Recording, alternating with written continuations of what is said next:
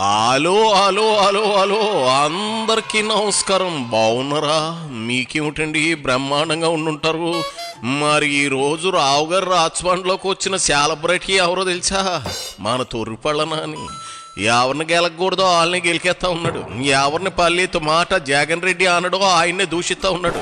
మన పార్టీ నుంచి స్పష్టమైన స్క్రిప్ట్ రాక ఇలా నోరు పారేసుకుంటా ఉన్నాడో ఏమో తెలియదు, కానీ పేరుని ఏకంగా ప్రధానమంత్రి మోడీ గారిని టార్గెట్ చేసేస్తా ఉన్నాడు. మరి ఆయన గారు కడుపుమంటూ ఉంటే ఈనో తాగాలి, లేదంటే దోరగా ఏంచని జీలకర్ర పొడిని చేసుకుని కూర్చుని 7 నీళ్ళలో కలుపుకుని తాగాలి. అంతేగాని ఎట్టా మోడీనే టార్గెట్ చేస్తే ఎట్టా?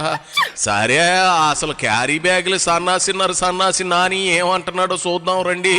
మరి ఈలోగా ఈ వీడియోకి ఒక లైక్ ఇచ్చేసి, ఎవరైతే మన కేకే న్యూస్ని సబ్స్క్రైబింగ్ చేసుకోలేదో కొంత చేసుకుని మరి నన్ను ఎంకరేజ్మెంట్ చెయ్యండి. మీరు అలా కేకే న్యూస్ని సబ్స్క్రైబింగ్ చేసుకుంటే నేను వీడియో చేసినప్పుడల్లా మీ ఫోన్లోకి వచ్చేస్తుంది. మరి ఇప్పుడే సబ్స్క్రైబింగ్ కొట్టండి. ఇదిగో పేరుని, ఇక నువ్వు రెచ్చిపో. మోడీ గారు, ప్రధానమంత్రి గారు, మీరు ఈ రాష్ట్ర ప్రజల్ని మీ మంచి ఆలోచనల్ని లేకపోతే మీ సూక్తుల్ని ఆలోచించమనే బదులు అయితే ఆచరణలో పెట్టమనే బదులు ముందు మోడీ గారిని కూడా ఢిల్లీ నుంచి అన్ని చోట్లకి రైల్లో వస్తే బాగుంటుంది. ఆయన కూడా కమర్షియల్ ఫ్లైట్లో వస్తే బాగుంటుంది. మోడీ గారు, ఎవరైనా ఏ పాలకుడైనా గొప్పోడు ఎప్పుడవుతాడు? నీతులు చెప్పినప్పుడు ఆచరించాలి. ఆచరించినప్పుడు మాత్రమే ఆ పాలకుడు గొప్పోడు అవుతాడు. ప్రజలు కూడా ఖచ్చితంగా ఆచరిస్తారు. దేశ ప్రధానికి నీతులు చెప్పే అంతటి వాడు అయిపోయో పేరుని. నీ సీటు సిరిగిపోవడానికి అట్టి సమయం బట్టలేదులే. నువ్వు ఇట్టా పేటరేగిపోతున్నావు అని జగన్ రెడ్డికి తెలిస్తే నీ ఇంట్లో బాత్రూమ్కి గొడ్డలు వచ్చేస్తుంది. ఆయన చేత కూసంత వెనక ముందు చూసుకుని మాట్లాడు, లేదంటే కవరింగ్ చేసేయి. మోడీ గారు గోల్డ్ కొనబాకండి, ఫారెన్ ట్రిప్పులు వెళ్ళబాకండి, కార్లు వేసుకు తిరగబాకండి, అవసరమైతే పబ్లిక్ ట్రాన్స్పోర్ట్లోనూ ఒక కారులో 3-4 కలిసి వెళ్ళమని చెప్తున్నారు. అంటే నాకు దేశ ఆర్థిక స్థితులు నాకు తెలియదు కాబట్టి మోడీ గారు అనుభవజ్ఞుడు. ఇప్పటికి 12 ఏళ్ల నుంచి ప్రధానమంత్రిగా చేస్తున్నారు కాబట్టి ఆయన మంచిగా చెప్తున్నాడేమో, నిజమే చెప్తున్నాడని నేను అనుకుంటున్నాను. వారిని తాసరాల బోర్డు బలేటుడు అయ్యా పేరుని. నువ్వు ఇంటి మొగుడికి ఎక్కువ రంకు మొగుడికి తక్కువ అన్నట్లు బలేగా నిమిషంలో ప్లేట్లు మార్చేసావు. భయం గట్టా పడిపోయినావా ఏటి? అందుకే పవర్ హౌస్లతో ట్రాన్స్ఫార్మర్తో కొంత జాగ్రత్తగా ఉండాలి. మరి లేదంటే కోంపలు అంటుకోగలవు. అది సరే, మోడీ చంద్రబాబు పవన్లో ఇంటికి వచ్చారు కదా, మరి ఆ కడుపు మంటను కూడా నీ స్టైల్లో తొర్రి వెటకారంతో తీర్చుకో. పర్లేదులేవయ్యా, రాజకీయాలు ఎప్పుడో భ్రష్టు పట్టాయి. మీ జగన్ రెడ్డి వచ్చాక అవి మరింత రోత పడుతున్నాయనుకో.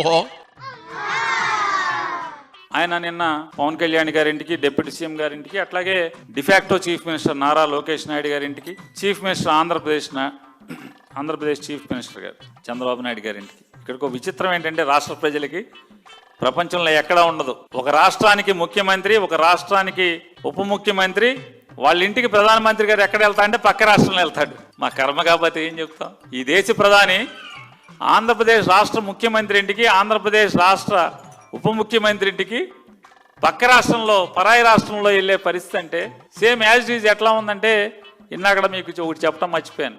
అమరావతి మొత్తం కూడా అద్దె రాజధాని. చంద్రబాబు నాయుడు గారు, ఎంత దుర్మార్గం అంటే ఇది! అద్దె రాజధాని. ప్రధానికి డైరెక్ట్ గా బాబు పవన్ల ఇంటికి వెళ్ళారని అంతగా గింజుకుంటున్నావు ఏంది పేరుని?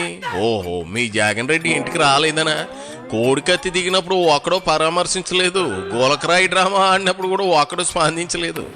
ఎవరేంటో ఎవరి రేంజ్ ఏంటో మోడీ గారికి తెలియదా చెప్పు. ఏంది పాక రాష్ట్రంలో ఉంటున్నారని కూత పెడతా ఉన్నావా?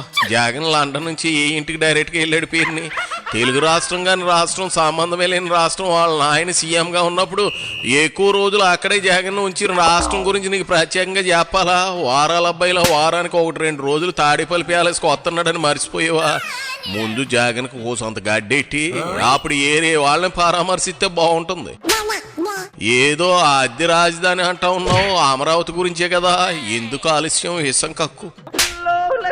సచివాలయంలో మీరు అమరావతి అంటే ఏదైతే ఇప్పుడు సచివాలయం మీరు ఎన్నో అంతస్తులు కడతా అంటున్నారు కదా, అందులో పెట్టేటువంటి ప్రతి ఆఫీసు కూడా, ప్రతి డిపార్ట్మెంటు, అది ఇరిగేషన్ డిపార్ట్మెంటా లేకపోతే రాష్ట్రంలో ఉన్నటువంటి 30-40 డిపార్ట్మెంట్లు, ప్రతి డిపార్ట్మెంటు చీఫ్ సెక్రటరీ కానీ లేదా హెచ్ఓడి కానీ అందరూ కూడా ఆఫీసులకి సిఆర్డిఏకి అద్దె కట్టాలనేది చంద్రబాబు నాయుడు గారి ప్రభుత్వం చట్టం చెప్తుంది. సిఆర్డిఏ చట్టం చెప్తుంది, ప్రభుత్వ జీవోలు చెప్తున్నాయి. అంటే అమరావతి పూర్తయితే ఒకవేళ దాన్ని ఓపెన్ చేసి ఆఫీసులు అక్కడికి వెళ్తే ప్రతి డిపార్ట్మెంటు అద్దె కట్టాలి.